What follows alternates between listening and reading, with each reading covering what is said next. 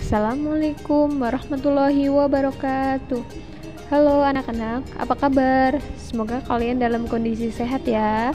Kali ini Ibu Fisti akan menyampaikan materi pembelajaran tematik kelas 6, tema 3, tokoh dan penemuan, subtema 1, penemu yang mengubah dunia, pembelajaran ke-1. Lihatlah lingkunganmu di malam hari. Cahaya lampu bersinar menerangi jalan, sekolah, dan rumah kita. Listrik telah mengubah wajah dunia. Tahukah kamu siapa tokoh yang berhasil menemukan mesin pembangkit listrik? Dan bagaimana lampu-lampu di rumah dapat menyala? Tahukah kalian proses perjalanan arus listrik pada lampu-lampu di rumahmu? Yuk baca teks berikut ini. Listrik pengubah wajah dunia. Listrik telah membawa banyak perubahan dalam kehidupan masyarakat di dunia. Michael Faraday adalah tokoh penemu arus listrik. Faraday lahir pada tahun 1791 di Newington, Inggris. Ia berasal dari keluarga miskin dan hanya sebentar merasakan pendidikan di sekolah. Dengan perjuangan keras dan semangat pantang menyerah, ia akhirnya berhasil membuat alat sederhana pertama yang dapat menghasilkan gelombang elektromagnetik. Tahukah kamu bagaimana perjalanan arus listrik hingga sampai ke rumahmu? Arus listrik adalah gelombang elektromagnetik, yaitu gelombang yang dapat merambat meski tidak ada media perantara. Gelombang elektromagnetik terbentuk dari hasil perubahan medan magnet dan medan listrik yang terjadi terus-menerus. Proses tersebut kemudian memicu terjadinya arus yang kemudian kita kenal sebagai arus listrik.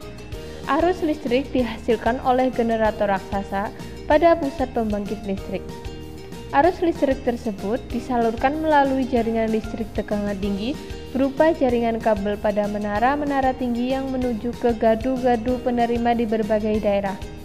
Dari gardu-gardu penerima, arus listrik kemudian disalurkan ke rumah penduduk dan berbagai tempat yang memerlukan. Arus listrik yang diterima di rumah kemudian disalurkan melalui rangkaian kabel listrik di dalam rumah. Rangkaian kabel tersebut umumnya berada di atap untuk tempat dudukan lampu atau di dinding rumah untuk saklar dan colokan listrik, tempat menghubungkan beragam peralatan elektronik seperti televisi, kipas angin, dan kulkas. Rangkaian listrik di dalam rumah dapat berupa rangkaian seri atau rangkaian paralel. Rangkaian seri dan paralel merupakan jenis-jenis rangkaian yang dipakai untuk menyambungkan dua ataupun lebih komponen listrik sehingga menjadi satu kesatuan utuh. Bila dilihat dari cara penyusunannya, rangkaian seri disusun dengan cara bersambung atau sejajar dan rangkaian paralel disusun secara berderet. Contoh rangkaian seri dalam kehidupan sehari-hari adalah lampu senter. Rangkaian yang disusun seri pada lampu senter adalah baterai, karena hanya terdapat satu lampu pada senter. Hal tersebut yang menyebabkan lampu senter menyala sangat terang, namun baterainya cepat habis. Rangkaian seri dan paralel juga bisa ditemui pada lampu-lampu di rumah. Betapa pentingnya peranan listrik bagi kehidupan manusia. Tanpa listrik, tentunya kita akan mendapatkan banyak kesulitan dalam mengerjakan aktivitas sehari-hari. Namun demikian, kita juga harus tetap bijaksana menggunakan listrik dalam kehidupan sehari-hari. Nah, anak-anak, teks tersebut terdiri atas 5 paragraf.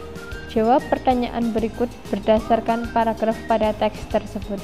Jawab dengan benar ya. Amati komponen-komponen yang terdapat pada senter seperti berikut ini. Gambar nomor 1 yaitu baterai sebagai sumber arus listrik. Gambar nomor 2 yaitu lampu reflektor.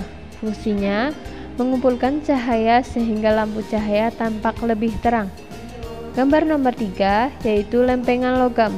Fungsinya sebagai penghantar arus listrik dari baterai ke lampu bohlam. Gambar nomor 4 yaitu saklar. Fungsinya untuk menghubungkan antara kawat pada terminal baterai dengan kawat dari dasar bohlam. Jika komponen-komponen utama tersebut dirangkaikan untuk membuatnya kembali menyala, maka akan tampak seperti gambar yang pertama. Kemudian, jika kepala senter dibongkar, kemudian dirangkaikan kembali hanya dengan menggunakan lampu, maka akan tampak seperti gambar yang kedua. Posisi lempengan logam untuk membuat lampu menyala sebagai berikut. Dalam suatu rangkaian elektronik yang terdapat lampu dan sumber tegangan di dalamnya, rangkaian harus dipasang sebagai rangkaian tertutup. Lampu akan menyala jika ada arus yang cukup yang mengalir ke lampu melalui bahan konduktor. Lempengan logam adalah salah satu konduktor yang baik. Dalam soal ini, bila lempengan logam yang dimaksud adalah lempengan pada saklar atau switch, maka posisi lempengan logam dalam saklar ini harus saling bersentuhan supaya dapat mengalirkan arus listrik ke lampu. Komponen yang sebaiknya digunakan untuk mengganti lempengan logam yang biasanya terdapat pada rangkaian lampu di rumah adalah kabel atau plat tembaga.